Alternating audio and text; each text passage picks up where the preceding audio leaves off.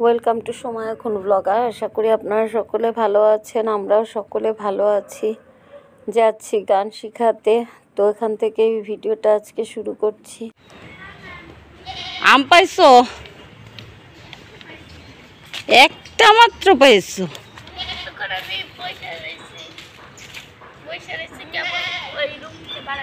একটু প্র্যাকটিস করো নাই? নামাই নিতা আগে আগে আইসা একটু প্র্যাকটিস করলে, যে কোনো একটা নিয়ে প্র্যাকটিস করলে তো তোমাদেরই ভালো।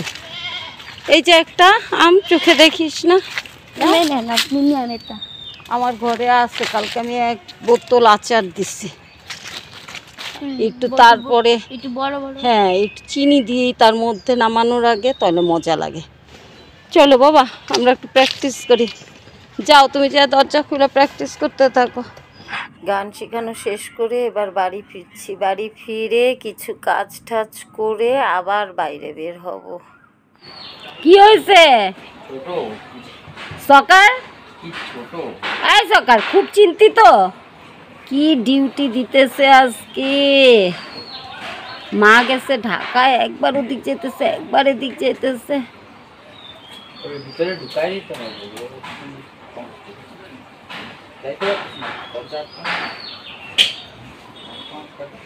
মানে অন্যান্য সময় রোদ ওদের দেখে, তো আজকে দেখতেছে না, চিন্তায় বাঁচতেছে না, ছটফট ছটফট করতেছে।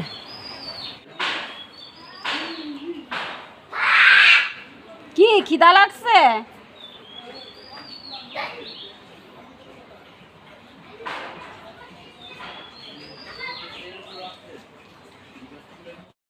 এদিকে যাস না। হ্যাঁ যাবি, যা ঘরে।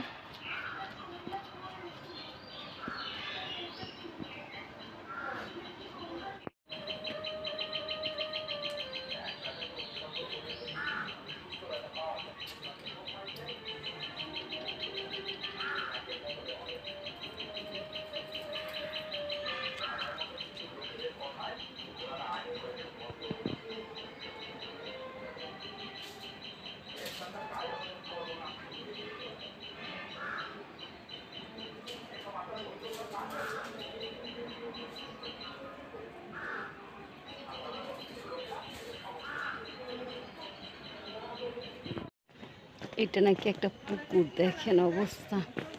এই পুকুর কত জল থাকে, আর এখন শুকায় মাঠ। দেখেন খেলাধুলা করা যায়, কি অবস্থা।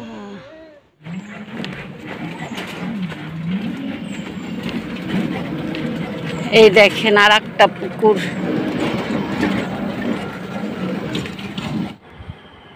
ডাক্তার দেখালে কি বলবো? ডাক্তার বলছে আমার মরার সময় হয়েছে।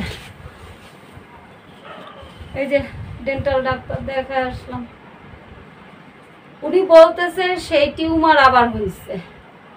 আবার সেই টিউমার হয়েছে? এক্সরে কে ধরা পড়ছে? এখন এই জায়গায় একটু দ্বন্দ্ব আছে আমার। উনারে প্রথমে যায় দেখাইলাম, আগে দর্শকদের বইলা নেই। আমার আজকে প্রায় 8-9 বছর আগে এখানে একটা দাঁতে একটা ইনফেকশন হয়েছিল। মানে কি আমার মেয়ের মাথা এসে লাগছিল এই দাঁতটায়। এখান থেকে এই যে এই জায়গাটা ভিতরে টিউমার হয়েছিল, ওইখান থেকে ছড়ায় এত বড় হয়েছিল, 4টা দাঁতের গোড়ায় ছিল না, সেইটা আমি ঢাকায় যে 25,000 টাকা দিয়ে কোড়ায় সেই টিউমারটা ঠিক হয়েছে। এখন এত বছর পরে আবার একটা ফুসকুনির মতো দেখা দিচ্ছে ওইখানে। তো আমি গেলাম ডেন্টাল ডাক্তারের কাছে 1 বছর আগে। এখন এই যে দ্বন্দ্ব আছে বললাম, যে সেই দ্বন্দ্বটা কি, এইখানে এক্সরে রিপোর্টে আছে 27/2/23। তার মানে গত বছর ফেব্রুয়ারি মাসে আমার এই সমস্যাটা হয়েছিল। তখন আমি দেখাইছিলাম, পর উনি আমাকে কিন্তু এই যে এই সব ওষুধ দিছিল, দেওয়ার পরে আমি খাওয়ার পরে উনি কিন্তু আমাকে বলছে যে না কোনো সমস্যা নাই, বোঝো। এখন আবারও ব্যথা হয়েছে। এখন দেখে উনি এই এক্সরেটা দেখে আমারে বললো যে টিউমার হয়েছে। আবার এই এক্সরে দেখে বল, আমি বারবার বললাম যে আপনি নতুন করে এক্সরে করেন, 1 বছর আগের এক্সরে দিয়ে আপনি কি বুঝতেছেন? তখন বলতে বললো কেন জানি না, আমি বলছি কয়েকবার বলছি। উনি বলছে প্রথমে এই অ্যান্টিবায়োটিক গুলা খান, খাইয়া আমার কাছে করতে আসেন। আর প্রথমে করতে হবে কি, আপনার 2টা দাঁতে রুট ক্যানেল করা আছে, একটা দাঁতে রুট ক্যানেল করা নাই, তার জন্য আপনার হলো এই টিউমারটা আবার ওই দাঁতের গোড়ায় হয়েছে। আমার মনটা ভীষণই খারাপ, আপনারা বুঝবেন না। এই 9 বছর আগে আমার এই টিউমার নিয়ে এত যন্ত্রণা হয়েছে, আর ঘুরে ফিরে বারবার আমার জীবনে এত দোষ, এত আমার আর ভালো লাগে না। এখন এই যে বাবার এই অবস্থা, কি করব, এটা নিয়ে কি করব আমি জানি না। এখন আমি বিকালবেলা যাই আগে ওই স্টুডেন্টের কাছে শুনি, যদি সত্যি সত্যি টিউমার হয়, জানি না, আমি ঘর বাড়ি ছাইরা একদিকে এটা চলে যাও। আর বারবার অপারেশন আমার ভালো লাগে না। ঢাকার থেকে কইরা আসলাম, তারপরে সে রুট ক্যানেল করলো না কেন?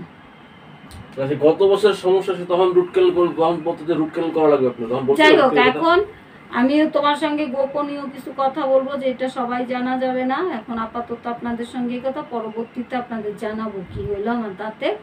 আজকে এই পর্যন্ত, আপনারা ভালো থাকেন, সুস্থ থাকেন। আমি তো ভালো নাই, দেখলেনি, অনেক অবহেলা করছি আমি অসুখ বিসুখের উপরে। এখন এই তো এই হয়ে গেল।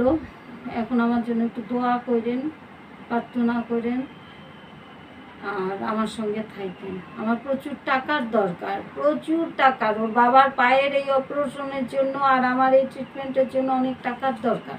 তোর বাবার পাটা দেখায়, টাটা দিয়ে দে। Bye bye.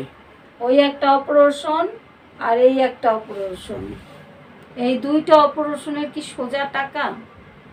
টাটা।